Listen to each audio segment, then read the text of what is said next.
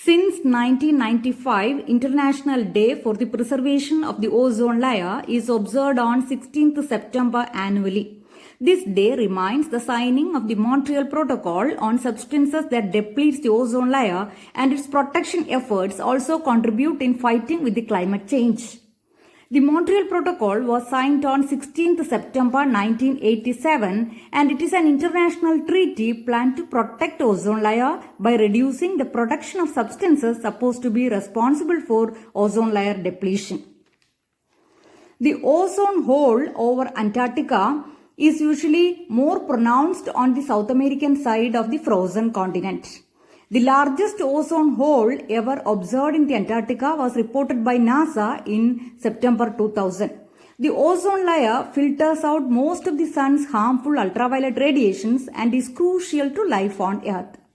The photochemical mechanisms that give rise to the ozone layer was discovered by the British physicist Sidney Chapman in 1930. Chapman resolved the chemistry involved. The process is commonly called Chapman cycle by atmospheric scientists. Without the barrier of ozone layer, all the radiation would reach Earth, damaging the DNA of plants and animals, including humans, and the food chain ultimately will collapse. In 1957, Professor Dobson, a British meteorologist of Oxford University, developed a spectrophotometer that could be used to measure stratospheric ozone from the ground. The Dobson unit to measure the amount of ozone is named in his honor. Due to the impacts of worldwide coronavirus lockdown, scientists say it is now back to normal again. The world's ozone layer is on the track to be completely healed by the 2060, according to the UN's Environmental Agency, United Nations Environmental Programme, UNEP. Now, let us know the structure of ozone and how it is distributed in the atmosphere, etc. from our NGC Club member Anandan of Plus 2 Biology. Ozone is the gas present naturally in the environment, which has 3 atoms of oxygen. It is highly reactive gas with molecular formula O3, while the molecular formula of oxygen is O2. Naturally, ozone is formed by the interactions of solar ultraviolet radiations and molecular O2. Ozone is present in atmosphere as 2 layers. About 10% of ozone is present in the lower layer of atmosphere called troposphere, which is located at a distance of about 6 to 10 miles from the surface of the Earth. The major part of ozone, comprising the remaining 19%, is present in the upper layer of atmosphere called stratosphere, located at a distance of about 13 miles from the surface of the Earth. It is this layer which is called ozone layer. The mass of ozone produced per day over the globe is about 400 million metric ton, meaning the sun produces about 12% of ozone layer each day. The ozone-oxygen cycle is the process by which ozone is continually regenerated in the Earth's stratosphere, converting ultraviolet radiation rays into heat. The sun radiates large variety of radiations, including ultraviolet radiation, which are very harmful to the human body. The ozone layer absorbs ultraviolet radiation rays and prevent from coming to the surface of the Earth, thus saving human beings from harmful rays. The ozone layer in the stratosphere is considered to be good ozone. The ozone layer occurring naturally in the lower layer of the atmosphere helps to remove pollutants from the surface of the Earth. But at the ground level, ozone is considered as major pollutant. It also causes photochemical smoke and acid rain. The amount of ozone layer present in the atmosphere varies from location to location. This also keeps on changing as per the time, seasonally or even daily. The change of ozone layer in a particular place occurs due to winds going on constantly in the stratosphere layer of the Earth, and also continues the production and destruction of the layer.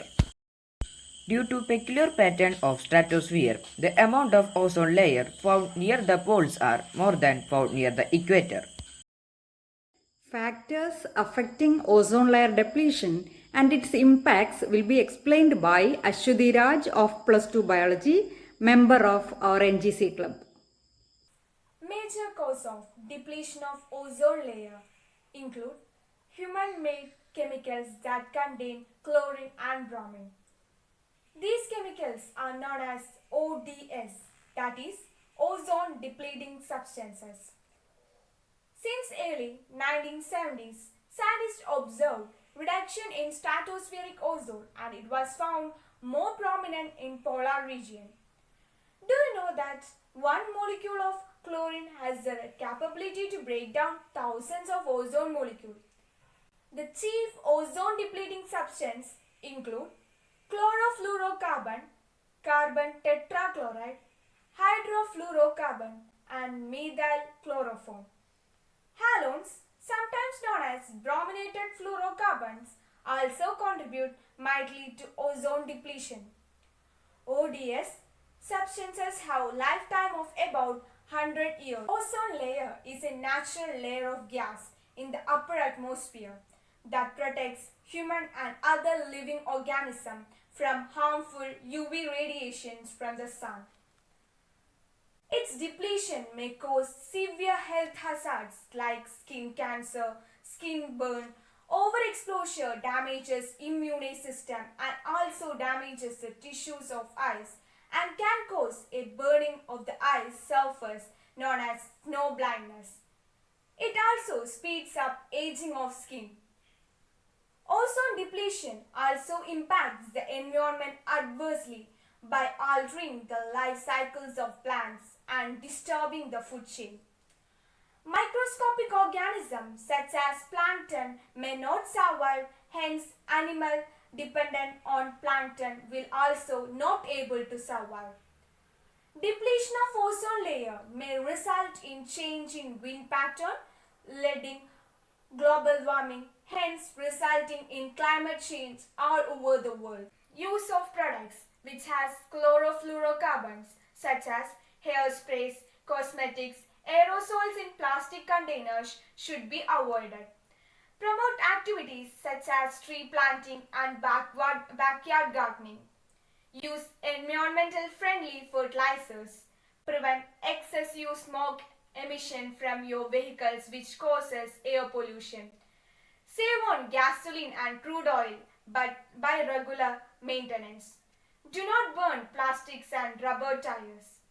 So remember, Earth without ozone layer is like a home without roof. Thank you.